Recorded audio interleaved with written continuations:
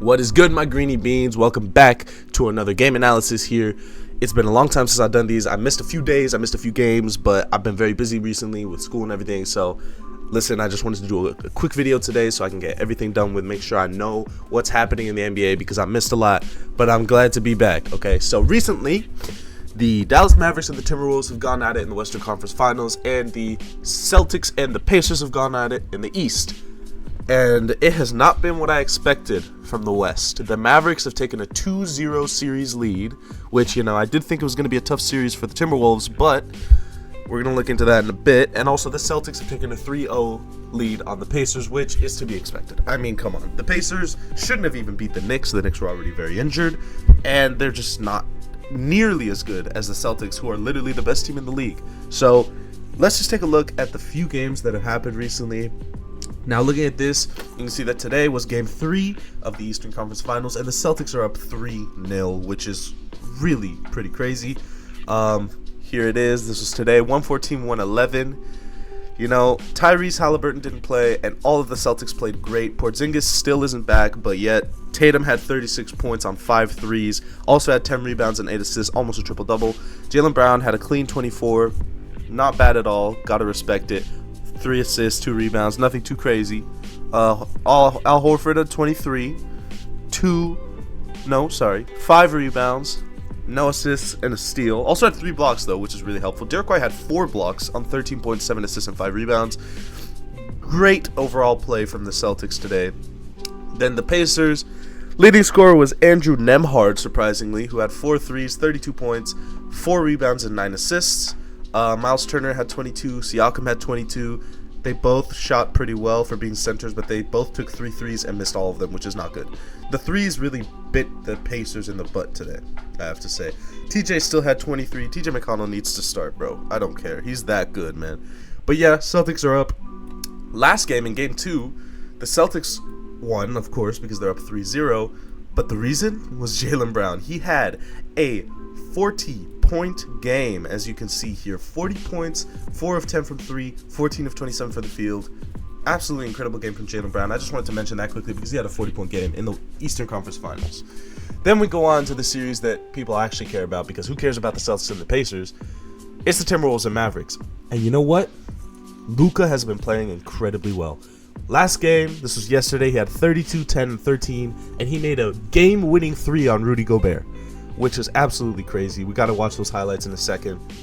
Kyrie has been playing well, 20 points here and there. The Timberwolves haven't been playing that well. Anthony Edwards only had 21, horrible shooting. Naz Reid was doing really good, 23 points on 7 threes, really good shooting. So it's just not the same. I mean, Naz Reid is carrying right now.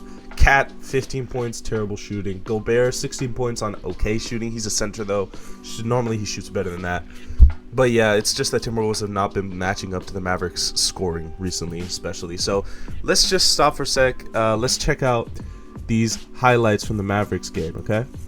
So as you can see, the Timberwolves are just down. They're just down bad. It's just, they should be the ones leading 2-0 here. Not the Mavericks.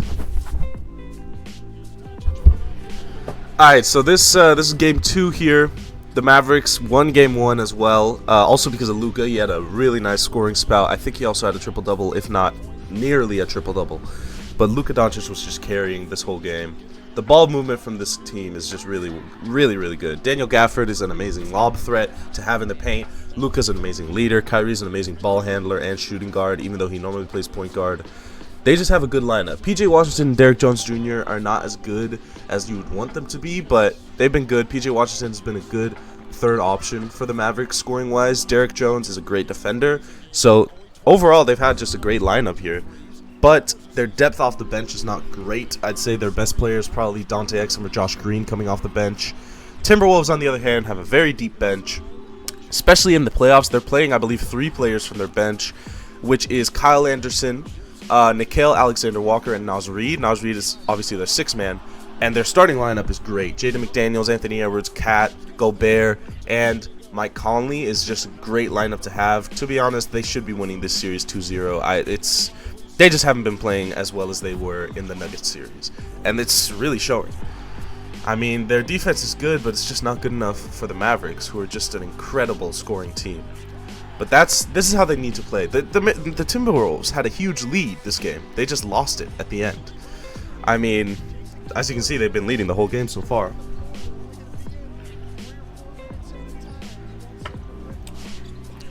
Jaden McDaniels to Rudy. Very nice, very nice. Ball movement is key to win these series, really. I mean, Daniel Gafford is such a good lob threat that Rudy Gobert can't decide who to guard, Kyrie or Daniel Gafford. Either way, one of them is going to score. Slow-Mo has been playing really well for the Timberwolves recently. This game he wasn't amazing, but the last games he has been. As you can see, the Timberwolves, they just looked like they were going to win. I mean, I checked the score with, like, early into the fourth, and the Timberwolves were up. And I thought, okay, it's going to be a 1-1 series tie. Timberwolves are going to do well. It's fine. You know, it's 1-1. I doubt the Mavericks are going to come back. It's pretty much over. And then the Mavericks won. And it all happened late in the fourth quarter, you know, which we'll see in a moment. But the passing from Luka Doncic was just incredible. The ball movement from the Mavericks was just great. Timberwolves were playing as good as they could, but it wasn't enough. I mean, they could play better, that's for sure. They could play better. And they need to if they want to win this series and go to the first finals in 20-something years. I don't think the Timberwolves have even been to a finals. So, I mean, I'm rooting for the Timberwolves here just because, you know, they beat the Nuggets and they're a really good team, really good defensive team, and they've never won a championship. So, I mean, I think if the Mavericks go to the finals, it's still going to be a tough matchup against the Celtics, who are definitely going to the finals. The Pacers are not beating the Celtics. But I think the Timberwolves will be a tougher matchup against the Celtics, because the Timberwolves have just as many options as the Celtics, scoring-wise, but their defense is better.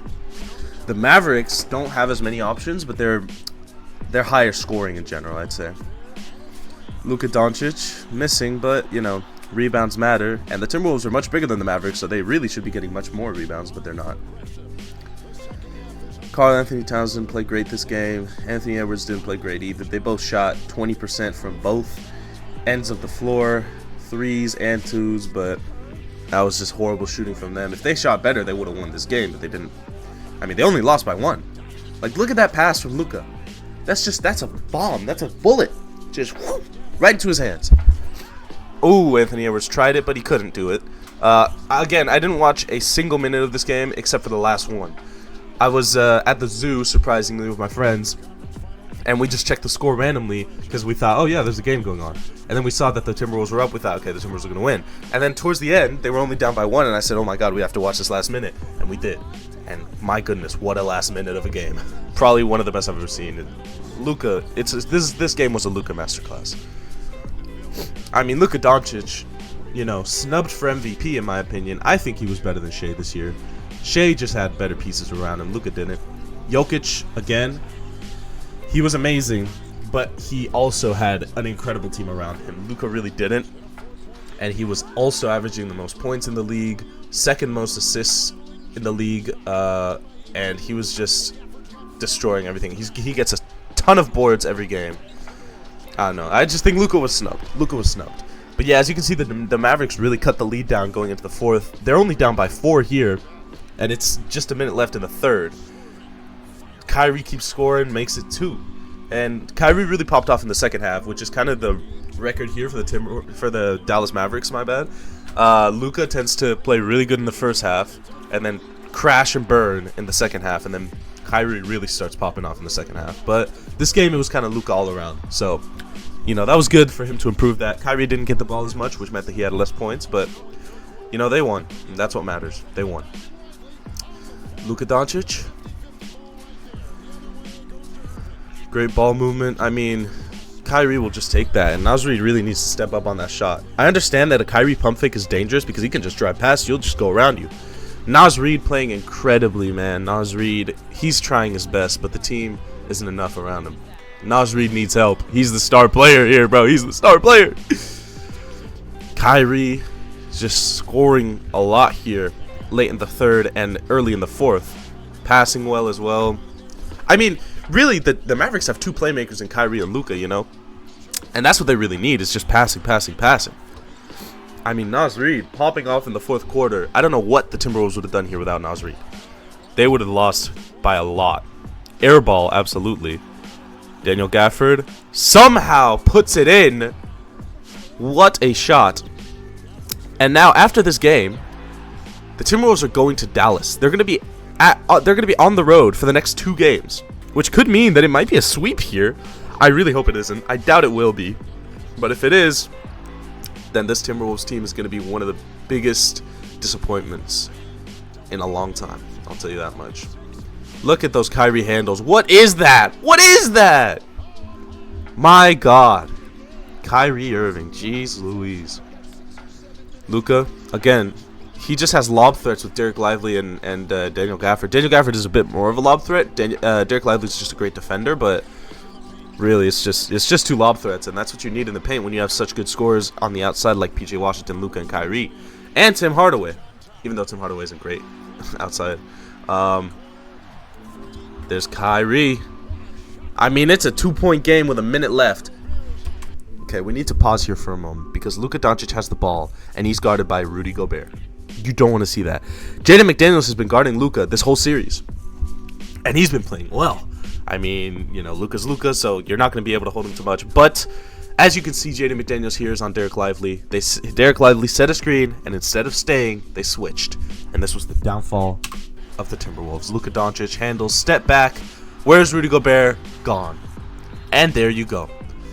Gave them a 1-point lead. Timberwolves tried. Naz Reid chucked it up. Barely missed it. And that was it.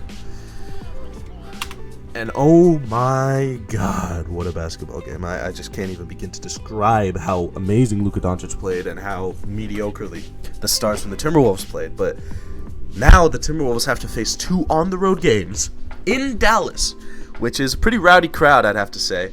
Pretty popular fan base. They had one of the highest amount of people going to their games on a nightly basis, and that's going to be even more now that it's the Western Conference Finals. So I'm scared for the Timberwolves here because I would prefer the Timberwolves to win. I'm fine actually if the Mavericks win because I do like the Mavericks, but Timberwolves I think deserve it a little bit more. But yeah, this is going to be a close series, I have to say. So, like, I mean, they only won by 1 here, and, you know, they won, which is what matters. I'd rather they win by 1 than, you know, lose by 1. You want to win. I'd rather they win by 1 and shoot horribly than shoot really well and lose by 12, logically. So what really matters is winning, nothing else. And my God, did they win this game. But yeah, this series is going to be really tough. The Timberwolves have to go on the road, but the East is basically set. Celtics are going to win. No team has ever come back from 3-0, and I don't think it's going to happen with the Indiana Pacers. They are not nearly as good as the Celtics. It's going to be probably done in 4. I might give the Pacers 1 game. Maybe 1. They might be done in 5. But, again, this Mavericks series and Timberwolves series, it's impossible to tell who's going to win. Literally impossible. But I'm going to keep going. I'm going to see if I can keep going with these videos, analyzing the games as much as I can. But, yeah, I hope you guys enjoyed this analysis. Thank you for watching. Stay tuned for the next one because I'm going to try to upload more analyses and more, you know, kind of side videos where we just have fun. So I hope y'all enjoyed. Peace.